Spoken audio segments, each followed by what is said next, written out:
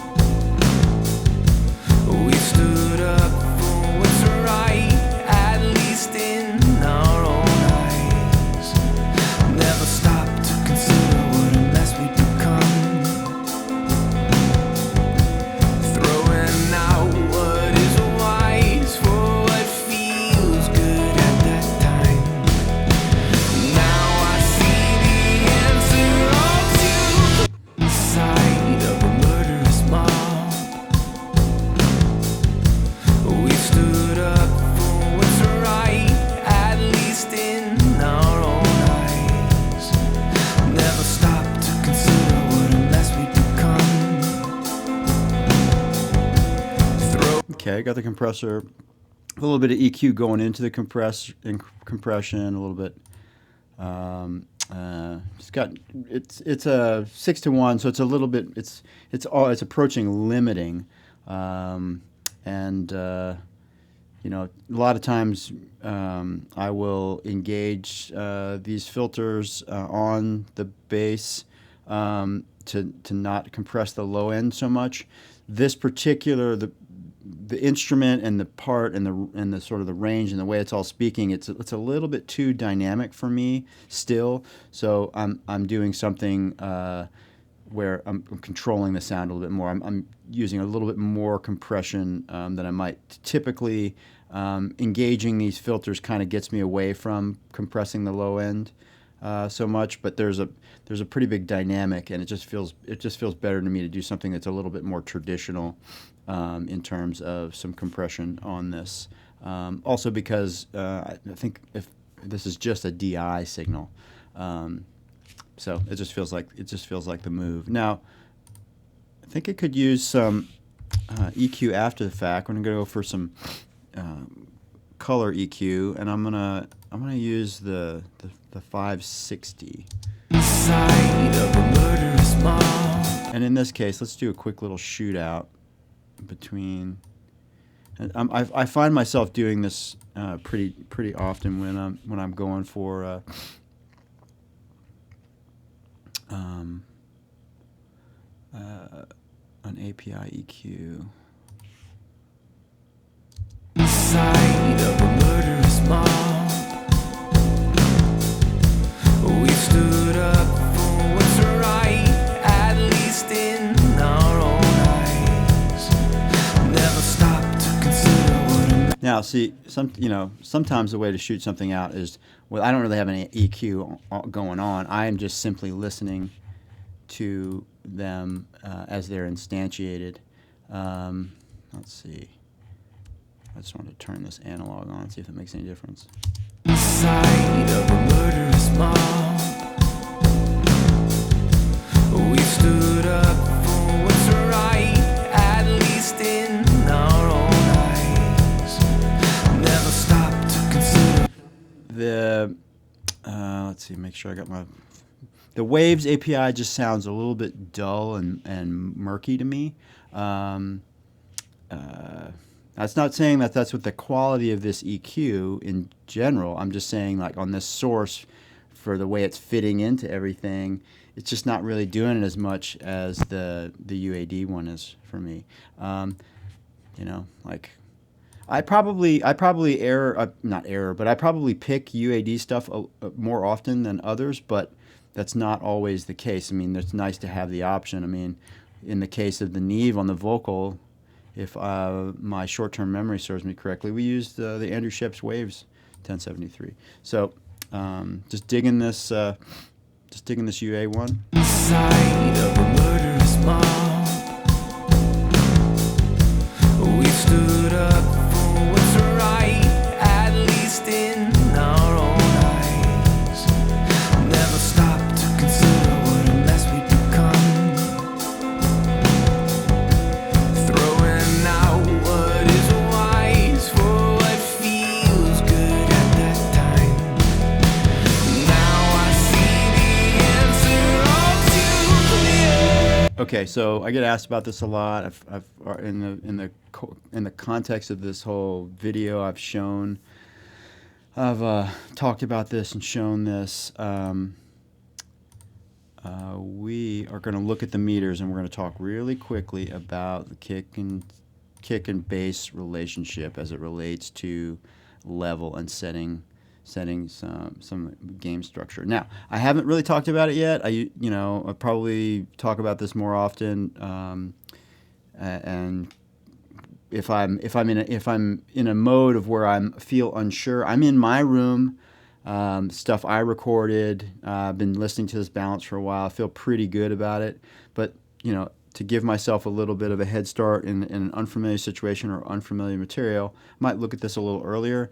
I'm mostly just visiting this for the benefit of you, the audience, just to reiterate and just go over this one more time, because I get asked to clarify this a lot. So this is the kick drum level through the VU meter. This is post stereo mix process.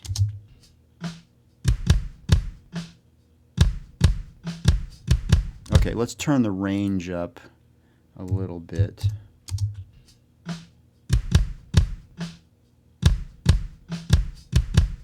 All right, our peaks are approaching -4.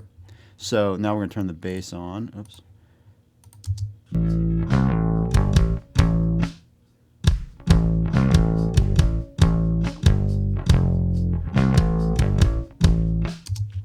So now with the combination, our peaks are, averaging probably -1. So that's kind of the sweet spot that I'm looking for with the tones. But it's not the rule. It's just it's a gauge. So what's happening here is VU meters are very sensitive to low frequencies, because if we look at, obviously we see the level that the kick and bass are showing up on, getting up towards 0. But if we listen to maybe just the snare drum,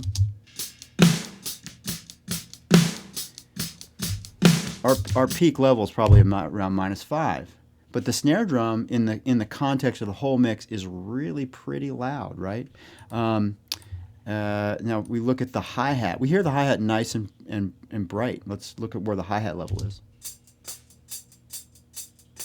It's barely moving the meter. I'm just showing you that because VU meters are just very sensitive to low end. That's, you just get kind of used to that, and you have a visual representation of the level, but it's kind of weighted, and it's favored towards the low end because it doesn't show a lot. It doesn't have a fast transient response. That's why we have things like peak meters. That's why peak meters and other kinds of metering were developed to sort of be able to accurately and actually see that stuff visually. The reason I just sort of give you that little bit of sidebar information is the hi-hat is plenty loud. It's not about the hi-hat.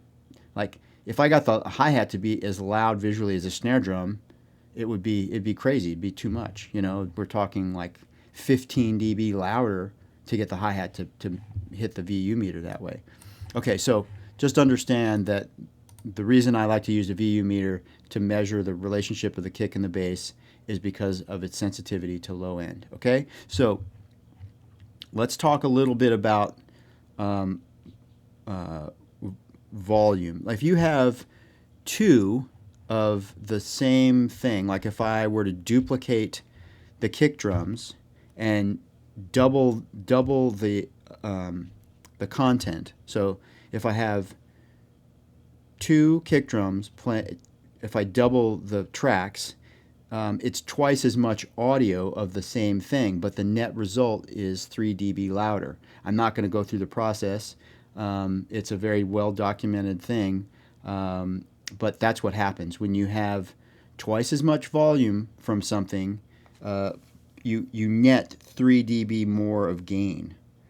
Look that up and get a better explanation. But what that's telling me by putting the kick and the bass together and sort of looking at where the kick drum is and where it's peaking at like -4, and then adding the bass, and now it's peaking at -1. I've gotten 3 dB more of VU volume out of it.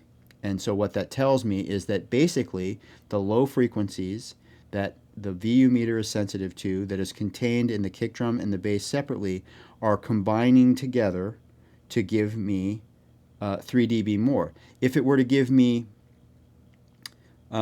less than 3 dB or more than 3 dB, well, then their relationship in terms of like their low frequency content, it would tell me that they weren't equal. If I had the kick drum peaking at -4 and then I turned the bass on and then suddenly it was only peaking at -2, that would tell me that the bass didn't have as much low end as the kick drum. Or if I had the kick drum peaking at -4 and I put the bass in and suddenly I was peaking at +1, that would tell me that that's 5 dB of change in the low frequency. stuff, information, and that would tell me that the bass has more low frequency than the kick drum. Now, am I saying that you should always look to have the same amount of low frequency information in the kick and the bass? No, that's not what I'm saying. But what I'm saying is, in general, having those things kind of be on equal footing so that they hold and support the music in a similar way and they have a good relationship, that's the place to start. And this is my trick that I learned to sort of get myself in the place where I know that I'm in a good starting place, and then I can just kind of go from there as to taste. And as I said before I pulled this up, I felt pretty good about it, and it was right on the money. Tom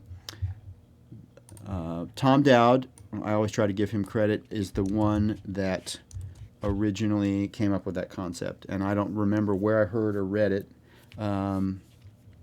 but we owe a lot to Mr. Tom Dowd, and there's a little bit of explanation on that. Okay, so let's get into EQing this bass just a little bit further. Side of a murderous mob,